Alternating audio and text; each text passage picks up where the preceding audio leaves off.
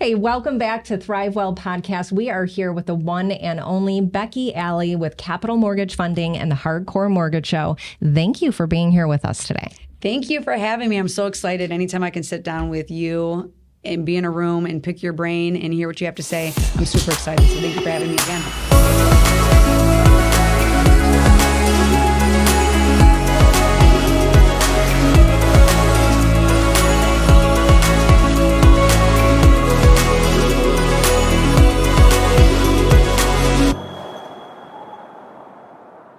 All right, so let's talk about, we just got done talking about the state of the market. So let's talk to all of these folks on the podcast about where the market is, how you feel it is moving. Now that we're moving towards spring, we're out of 2023 where rates were outrageous, inventory was low.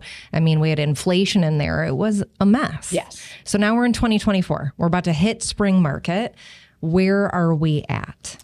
I'm really excited for this market. I feel like it's been a moment in time that I've been waiting for because we talk often about it being a skill-based market. Yeah. The last several years, real estate was easy. And in such, there was a lot of people that got into the business that kind of saturated a little bit, don't answer their phones. It's not their full-time gig.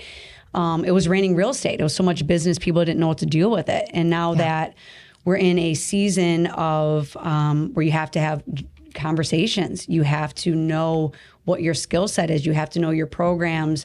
Even like in real estate, like you have those micro markets where it's a totally different, like in Detroit. I think that we're going to see mini 2020. So in hindsight, so that was again raining real estate, but in a different way where we're going to see more inventory come on the market as the projected rates kind of trickle down a little bit. I feel like the average consumer has stopped clenching their pearls over the idea of a higher interest rate. They're settled with, okay, 6 isn't so bad. Right. And to put in perspective, so I bought my first house in 2006. At that point in time, the rate was 6 1/4. Right. And I felt like I got touched by an angel. I feel like this is amazing. Yes, I know. It was coming off of this, 6, 7, 8, 9, 10% ARMs. So we're going to see that. And even if the rates did come down end of the fourth quarter to 5.875, more sellers are going to be okay with unlocking those golden equity handcuffs and put more houses on the market. So it's going to be a good time for real estate for those that are willing to put in the work because, as you and I both know, real estate gives you what you put in it. Absolutely. Your effort meets your income. I can, anytime an agent or even an LO come to me and they're talking, oh, it's just so tough. It's just so tough. I don't understand. I don't understand how he or she is doing this and I can't. And every single time I'm like, show me your calendar. Yeah. What are you doing? Where are you at? How are you using your time? And either the calendar's blank because they don't use it, or it's like lead gen 1 day a week, or it's not even blocked out. And I think what you're talking about is really important, which is treating the work that you do as a real job. This isn't a hobbyist opportunity anymore. We're out of that. That was 2020, 2021, and 2022. 23 and 4 have been skill-based, which is why we've lost thousands of agents, thousands of LOs, and it will continue to happen as the work ramps up and skill is required. Yeah, I feel like you have to be your own hero whatever occupation you are, and when failure's not an option, you look at things a little bit different. If you know that no one is coming to save you and this is your only occupation and you're committed to having a servant heart and getting these buyers changing their lives, whether they're step down, step up, or first time experiencing it, if you have that mindset, you're always going to be successful. And you have to go into it. So those agents that are not the part-timers, the full-timers, the ones that are really boots on the ground, eyes to the sky, they're going to be the ones that are going to see the fruits of their labor 100%. We need a podcast straight up of Becky Alley's one-liners. Clenching your pearls, boots on, what is it? Eyes to the sky? Eye to the sky. Freaking love it. We need just one podcast dedicated to your one-liners. Like all the random, just one after the other. Like, yes, it just keeps coming and then we meme them out. We just keep passing those along. I love it.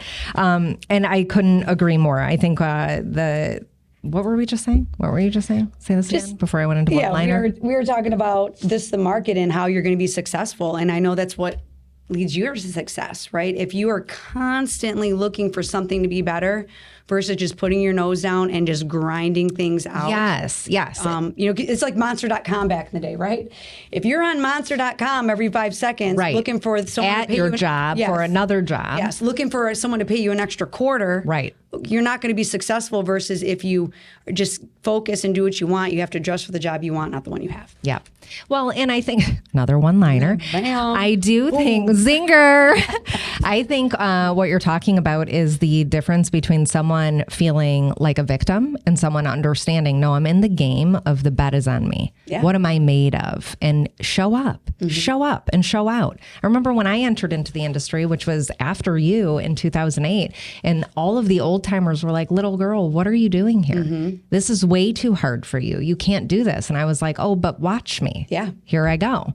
Because if the bet's on me, it's a sure thing. Like ace in the hole, I will get it done. I might not be the best at what I do the first time around, but I will finish that sucker out. Like I'm not going to leave it undone. I'm reliable. And I wish all agents and LOs would understand that. The bet is on you, always. Your effort will meet your income in today's world, not just today's economy. It doesn't matter what job you have. You're the LO, I'm the realtor, you're the media guy. Your effort meets your income in today's world. Yeah. Love it. It's not reinventing the wheel either, right? It's being in the room with your peers, taking a little bit from everybody, but then making it your own. You're not being a chameleon, you're being authentic, but looking like, okay, clearly that didn't work for you. Right. Or that's really great, but that's not how I would deliver the message, because people can smell when you're not being authentic. And it's you versus you every day. It's not a cliche. And when you can quiet that noise and narrow in on what you're doing, you're going to be successful. Like when I started, it was like literally the movie Boiler Room. I've always been the only female LOs in the room. I'm always one of the top female LOs on the board, but I would be in there and listen to conversations. You're talking 2004. So there was no regulation at that time. It was like the wild freaking West. Yeah. And I would hear some of these gentlemen. Led to 2008. Yeah. I would hear some of these gentlemen and be like, oh my God, that's my grandma you're talking to. You're selling her or selling someone a program that they're never going to be able to pay back, interest only on a fixed income. And I was just like, oh my God, like I don't want anything to do with that. Their skill set to sell someone was fantastic, great, but what can I sleep at night? So you have to find that fine line of having that servant's heart, but also being helpful. Yeah. And I think you're talking about the difference in a salesperson of an influential salesperson and a manipulator, right? That's where that cliche of like, well, I don't want to be like a dirty car salesperson. I don't want to reach out to my people and have them feel like I'm salesy. It's that manipulation definition, exactly what you're talking about, because it exists out there and it gives people that are then in those shoes a bad rap. And you do have to rise. You have to rise and say, I'm not like that. I work out of integrity. I like that company and but I learned a lot, but I learned what I didn't want. So when you're around things that you don't want, it makes it very clear the path that you need to walk to get to where you're going. 100%. All right. So let's talk about the future. Let's talk about where you're going, because in the mortgage industry, I'd say technology has absolutely shaped what we're doing in real estate as realtors. It's shaping the future of real estate with AI, with different ideologies on how we can perform our jobs. How is it affecting you in mortgage? AI it's beneficial. It can be dangerous, if it's put in the wrong hands and, but you can have these conversations through texting, it's almost like you're speaking to a real person, which is a beautiful thing. If you use it in the right way, it is time solving because you have to be everywhere all the time. And some of online is the perception. I am perceived like I'm everywhere, but you have to be very acutely aware of where you are putting your time in. And so, the technology aspect what helps you do those things. But in this market, I'm going more old school. You have to be a little bit of everything. If someone wants to sit and have a cross-leg conversation like we're having right now, they can. I'm someone that you can see and touch and talk to. If they want to do texting or email, what social media on, you have to go around to whatever is meeting the client, but you have to be in my my perspective, and what Justin said today was, it is belly to belly, in your face, old school mentality, because that actually is what's going to make you shine when everyone else is leaning towards technology and they're not being personable. when you're in someone's face and you're meeting them, shaking their hands and kissing their babies. Yeah.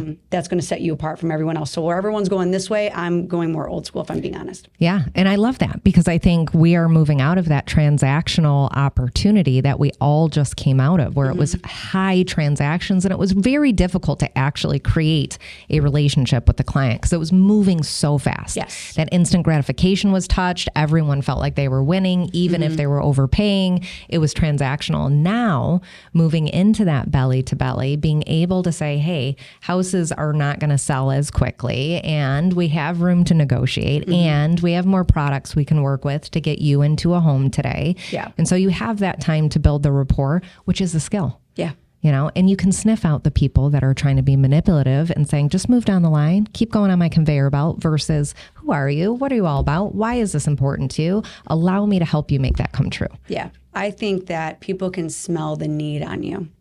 So when you remove the need, right? I know when I'm on the phone with someone that has one transaction versus when I'm on the phone with someone that has 20 transactions to work through. They have more of a trust in you because they know that they can't do all the jobs. Right. And they have to rely on somebody else. Same with me.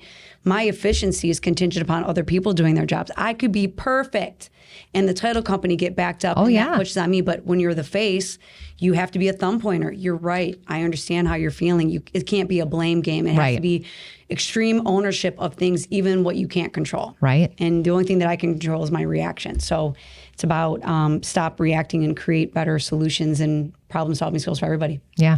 And being able to look at the bigger picture. Like if you're the one that has to problem solve out of all the people involved, so be it, right? Someone's got to lead the pack. Yeah, you got to be the maestro. Yeah, someone has to do it. Yeah. You got to be the maestro. I love that. So what factors should individuals consider when deciding between fixed rate and adjustable rate mortgage? It is circumstantial. It is completely different for each person. I don't really lean towards ARMs. I'm coming off of a subprime when I first started. And to be honest with you, adjustable rate mortgages are not, they're not really conducive as far as fixed rates. Fixed rates right now actually are pricing better than adjustable rate mortgages. Oh, okay. So if someone absolutely wants an adjustable rate mortgage, I will give that to them. We also do home equity lines of credit. And again, it's situational. Sometimes a home equity line of credit is not better than a cash out refinance. You have to look at someone's financial perspective. And it's not just what's happening 5 minutes from now, but what's happening 5 years from now. Is this going to matter? Is this going to affect you? And being able to have that, like, pull it apart, you got to rip it apart to put it back together, but have that dialogue with somebody. How long you be living in the house? What is your payback? What is your income level? What's your job stability? Where do we think the market is going in 5 years? We all came back off of when there was no regulation. There's a lot of adjustable rate mortgages. When they came due, there was a balloon on the bottom of that, and there was not enough equity to refinance. So I think about those things, right? You have to go back sometimes. You look at history to see where you're going. So I don't think we're going to be in a negative equity situation with people just because we're in a housing crisis. There's not enough inventory. It's a completely different market. So there's no housing crash that's going to be in the foreseeable future. But it still is, in my opinion, a fixed rate market. And there's very few people that are even inquiring about adjustable rates, if I'm being honest. Yeah, it makes sense. And I think one thing that you mentioned that's important to hear is you're going back and saying, I have to look at history and some data points that I have of when I actually performed these products for people because it made sense in the moment, but we learned as time went on, even if it's okay currently, what are we projecting that's going to move forward that would make it not make sense? Yes. And I want to educate my clients on that. And you can only do that with someone who has the data, someone who's been through it, who knows their products, who's gone through the trenches of saying, oh, no, let's look at all the options. Because back when we actually did do those products, it didn't work out so well for our clients because the economy moved like this. Correct. And that's why it matters who you're working with. It matters who you do your work with in this industry at all times. Yeah. So you're better suited too as well, like looking at it with the trajectory of where the interest rates are, doing a fixed rate, and then refinancing to another fixed rate and possibly shortening your term. I'm all about stability and predictability. And I like to make sure that my clients are set up for success and I'm not putting them in a position where they're panicking because if life changes in 5 years and they're unable to refinance or their credit score is going to keep them from doing something like that, it would be a disservice of me to put them in a position where they're forced to refinance if they're not able to. Right. Which again, matters who you work with. Yeah. I have a story about this. I have someone in my life that reached out just the other day and they said, Jess, I know you're in real estate. We're acquaintances. Okay. And I have a problem. I want to see if you can help me. I said, okay, shoot me a text. What is it? They send me over. They're like, why did my mortgage jump by 67%? I was like, say what? Yeah. That does not make sense. Yeah. I'm like, what kind of mortgage did you get? Yeah. Who'd you work with? What's the product? And they couldn't answer a lot of those questions. So I went digging and I found on PRD that because they worked with an inexperienced agent, they never homesteaded their taxes. Oh, no. And so they were running at 0% homesteaded when they originally were at 100%. The mortgage went through. And so they had the taxes that increased a little bit, right? And they had their payment. But now, one full year later, it got reassessed and boom, they got hit hard. And I was like, whoa, guys. So here's the fix. No problem. We can fix it. You got to do this, this, and this through the city. You're going to pay a fine because you messed up. Yeah. And thank goodness it's capped. So it's going to be about $250, but your mortgage is going to go down significantly. Yes. They're like, oh my God, thank God. I'm so grateful. Escrow account was adjusted, but that's also, again, like who's pushing the pens at closing matters. Exactly. And what we're talking about is like title. And, that is a homestead exemption form when you're removing it and putting it in another house. That is a specific document that is discussed at a closing table. But sometimes, again, you have inexperienced notaries and there's nothing, they just show up and they have a notary and they're going to have you sign some papers. But if that detail's missed, which if you're not working with an experienced, reputable title agent, that could be missed. And now you are paying higher taxes when you shouldn't be. Right. That's unfortunate. Yeah. And no reliability on anyone that helped. Right. And so now they're reaching out to a third party. So again, cannot reiterate how important it is. Even if you know someone, it's your mother, your brother, your frat boy, you should probably just second opinion it, just like you would anything. You had nothing to do with the transaction, but they know that you're in real estate. You're top of mind. So they know that you are a problem solver and you're in I'm going to help you, not sell you. And they felt safe. So hats off to you. Of course. Happy to help anytime. Call me anytime, everybody. Okay. So let's talk about, we talked about equity. We talked about some products that if you aren't going to have equity, you can't refinance. They don't make sense anymore. Right. So coming out of an incredibly low inventory, high demand causes market rates and values of homes to skyrocket. Let's talk about refinancing. Yeah. And when would somebody in today's moment, in 2024, moving into 2025, decide, okay, I do think it's a good time to refinance? Help educate the folks listening. There's quite a few refinances happening right now. We're projecting it. It's happening. But I've been refinancing people. I never stop. Because it is situational. We don't recommend using your home as a piggy bank by any means, but COVID was difficult for people. Not everyone was considered essential, and a lot of people took on debts that they couldn't handle. And so now they're in this position where they've been living off their credit card debt. So we can analyze that situation, say, okay, well, why does it make sense for you to pay 20% on this credit card? Because as the Fed has been increasing the rates, it's more short-term lending directly affects your credit card, your student loans, home equity lines of credit, the car loans, right? People don't think twice about paying $1,000 for their car, I know. right? But they're gonna, like I said, clinch their pearls over. Like, oh my God, it's 6% instead of like 5%. But I have someone in my pipeline right now. We're saving them $1,000, and they forego to 4% interest rate. Okay. At the time, this was like a month ago. It was like high sixes on a cash out refinance, $1,000 a month. Oh, and by the way, they also were able to pull money out of their home to fix the property. So we are saving them money. Plus, they now have cash flow to fix the roof, fix the garage, and other things that I've been letting fall deficient because they were living paycheck to paycheck. Okay, you don't have to suffer. Yes. So let's back that up. They bought the home a month ago? No, we closed a month ago. So got it. They Okay. bought the house, I think it was 5 years ago. Got it. And they had a 4% rate. Correct. Okay. So now about a month ago, they close out on a refi. They refied to a higher rate, 6%. They pulled some equity out, and they're now also saving money. Correct. Amazing. So anybody listening right now, these things are possible even if you bought 2 years ago, Yes. 1 year ago. Yes. Not possible if...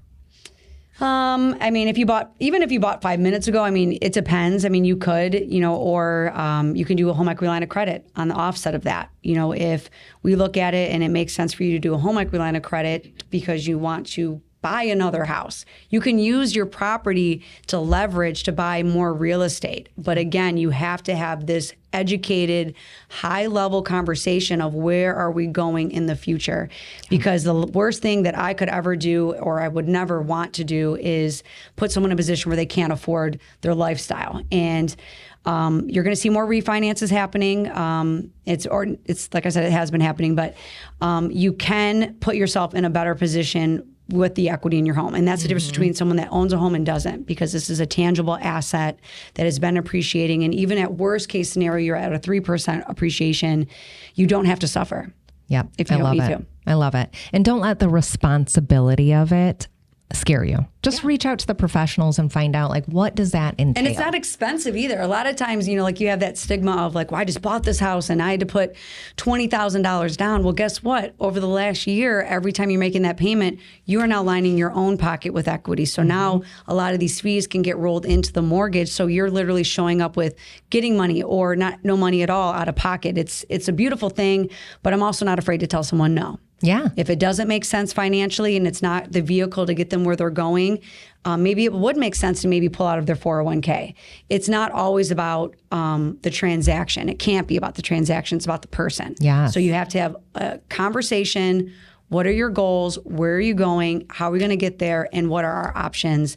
And lining them out, seeing it when they can't see it for themselves, and giving them the options. I love that. So last but not least, I want to talk about any programs right now. And I know a lot of new programs have hit the horizon. What are some programs that people may not know about that are interesting, that could take you from, I'm not a homeowner, or I want to purchase another house and I didn't know that existed, to make it possible? How much time do we have? I know. There's lots. Let's go with your top two products. So you could make someone's mind explode with the accessibility that there is to help someone buy a home right now. And it's beautiful. Yes. Let's go with a niche. Let's go with first-time home buyers, right? Okay. These are the guys and gals that lost out on a lot of property opportunity the last 3 years. Yes. Right? Because inflation, we had high demand, we had high values, and it made it really difficult to compete. So you're a first-time home buyer. What is a product today that is unique, different, new, that could get you from A to B? Yeah, you have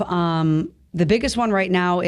Some of these are income limit, so you can't have a certain income limit. You can't exceed that, so you'll definitely have to reach out to me so I can curtail that. But if you're looking in Wayne County specifically, you can get up to $14,999 in like Melvindale, Allen Park, Taylor. This is life-changing money. This is money that's helping you compete with your step-up buyers or your step-down buyers or even investors, because the average person that's selling their home, they want someone that's going to occupy their house. They are emotionally attached to these homes 9 out of 10 times. So I just won an offer yesterday because it was a cash investor or it was my buyer that was going to occupy the property. And because that information came out that they were a first-time home buyer, we won the offer. We were better, but people think cash is king, and it's really not. Right, but, not always. So you have life-changing money in Wayne County specifically. Okay. There's the first-time home buyer program through MISHA, the state of Michigan, that is $10,000 anywhere in the state of Michigan. And in some certain specific cities, you don't even need to be a first-time home buyer. A really close friend of mine closed yesterday. She is in a life-altering moment, starting over. Sold her house from a relationship that dissolved, and she got $10,000 to start her life over. So you don't know what you don't know that's out there. Yes. So you don't necessarily have to be a first-time home buyer, because some of these kind of roll into, you can be a repeat buyer as well, but it's all about having those conversations. So you're talking anywhere from $15,000 to $6,000 with grants that some of them have to be paid back, some of them don't. But it's about finding that unique program that works for you. Amazing. It's no different than, I'm going through college applications right now with my son, and we're going through FAFSA and all of that, the grants, the scholarships.